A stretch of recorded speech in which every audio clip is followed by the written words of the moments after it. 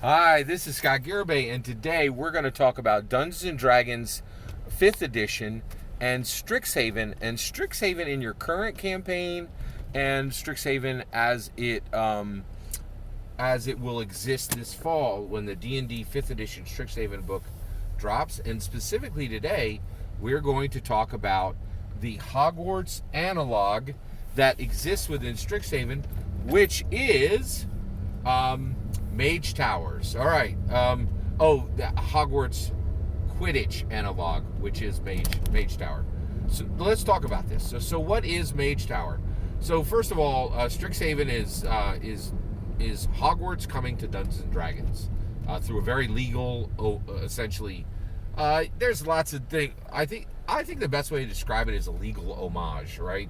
And the reality is, Wizards of the Coast is on very safe ground here, because there was a book that was incredibly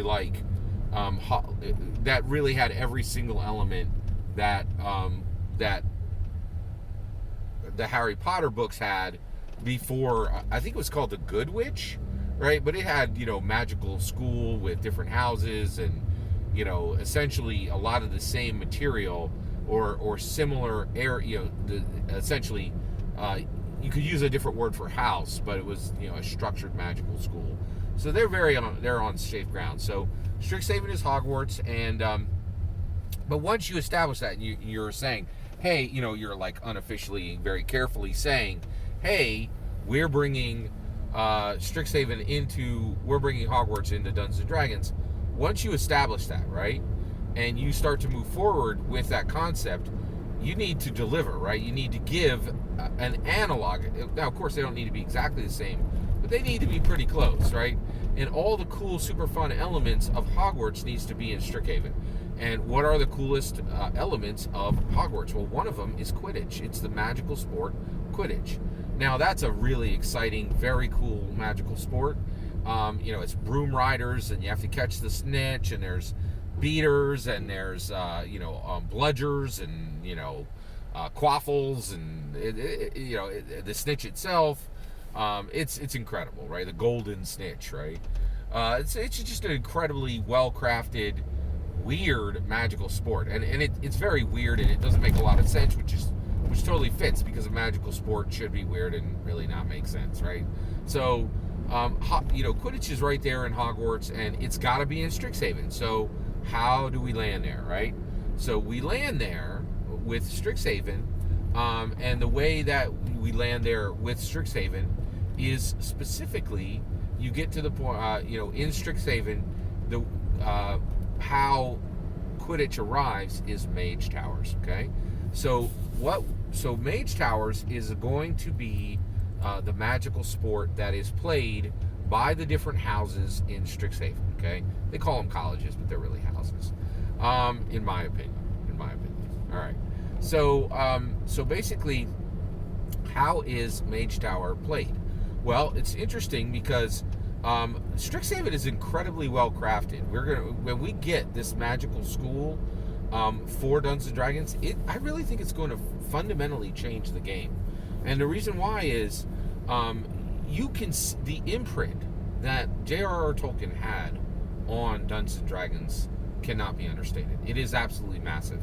I think that Lord of the Rings really accounts for literally 80% of what's in Dungeons and Dragons today, right?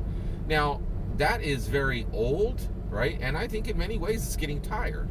And Strixhaven is going to allow the entire Tolkien structure to be remapped, right, into a modern idea of fantasy.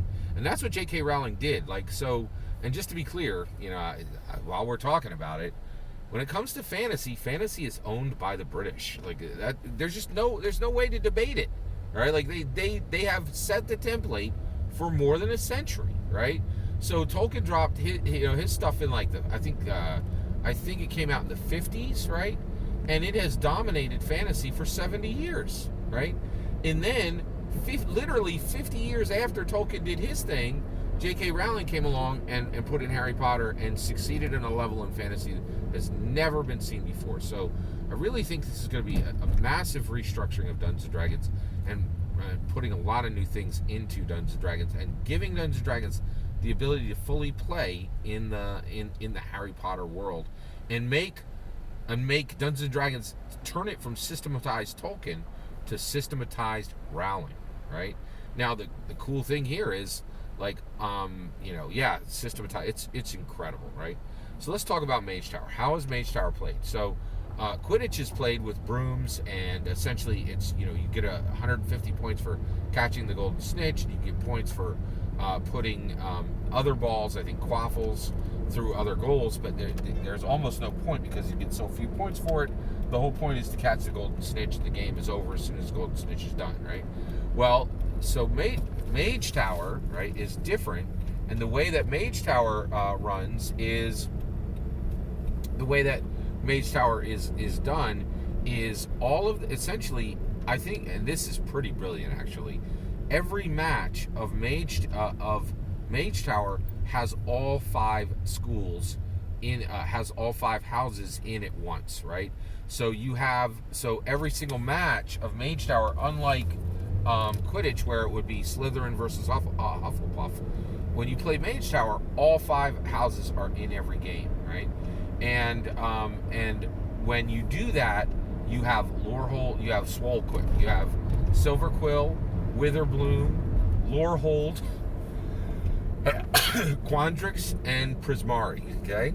And so they're all in there, they're all present, they're all there within the same game, right? Now, how is the game played? Well, each of the houses has their own mascot. And the mascots are quite figurative, right? So the mascots are animals, and when you think about the animals, they're supposed to give you a sense of what the school stands for and what's important to the house, right? So like Silverquills is spirits, right? Silverquill is inklings, and Prismari is elements, and Witherblooms is pests, and Quandrix are these fractals, and so we have Silverquill, Witherbloom, and then Lorehold has so Prismari is the elementals, and Loreholds are I'm forgetting what mascot Lorehold has. It probably will come to me a little later. So the game, once you drop into a game of Magehold, it is capture the mascot, right? So that's one. Now, it may range. There may be other things that are played within the sphere of Magetower, but essentially you are capturing the mascot. So all 5 mascots are on the field, and then each house fields a team, and then whoever can capture the mascot and bring them back to a specified point, right? I also think it has to do with capturing flags. So when you capture a mascot and bring it to a point, you get that flag. And then I think the house that has the most flags actually wins the game. So we know what the name of it is. We know the general structure. It involves, unlike Quidditch, all 5 houses are playing at the same time. And unlike Quidditch, mascots are involved, and they're captured during the game. And so each of the 5 houses' mascots are specifically within, spirits. Lorehold is spirits. Sorry. So Lorehold's mascots is spirits. And this is really interesting because, like, how would you capture a spirit, right? You would have to use spells. And that's the other thing is, of course, this game fully allows its contestants to use magic during the game. And so there's going to be a lot of spell casting. Also, that's another thing that's going to be really interesting is, unlike, and there are things that we really should remember. There are things that make Strixhaven very different than Hogwarts, right? One of them is wand magic. There's in Harry Potter, 99% of all magic is used with a wand. In fact, I don't think there's any examples in any Harry Potter book where there is wandless magic. It's almost unheard of. But that's not the case in Strixhaven. Some casters may use wands, and I think in that particular instance, wands simply become a spell focus, right? It's like a talisman that helps you cast. But in this, there's going to be a lot of wandless magic. So that's the structure. It's going to be Magetower, where all 5 schools are there, and they're trying to capture the different mascots. So Silverquill's Inklings, Prismari's Elementals, Water Elementals, Fire Elementals, Lorehold's Spirit Mascots, Winterbloom's Pest Mascots, right? And so there's Silverquill, Winterbloom, Lorehold. Oh, and Quandrix's Fractals. So on the Magetower grid, you would have Inklings, Fractals, Elementals, Spirits, right? And I can never remember all 5 at once. Oh, and pests, right? So you're going to have all these creatures running around the board, so essentially it's a sport with five sentient balls, right? And those balls need to go into different places. So I actually think this is incredibly cool, right? And the thing I also think is fantastic is, and I knew this was coming, this could be an entire campaign, right? This allows you to run, essentially an NFL, an MLB, an NBA campaign in Dungeons and Dragons, right? It's incredible. And also, just so you're aware, these are going to be pro sports. So Magetower probably has a professional league as well, right? So it brings so much to Dungeons and Dragons, and I am just so excited. I really think Strixhaven is going to write a very new, very massively impactful chapter in Dungeons and Dragons. I honestly think Strixhaven is going to be a turning point in Dungeons and Dragons. No two ways about it. All that's my opinion. I'd love to hear your thoughts. Let me know in the comments below. Please consider liking and subscribing, and have a wonderful millennium.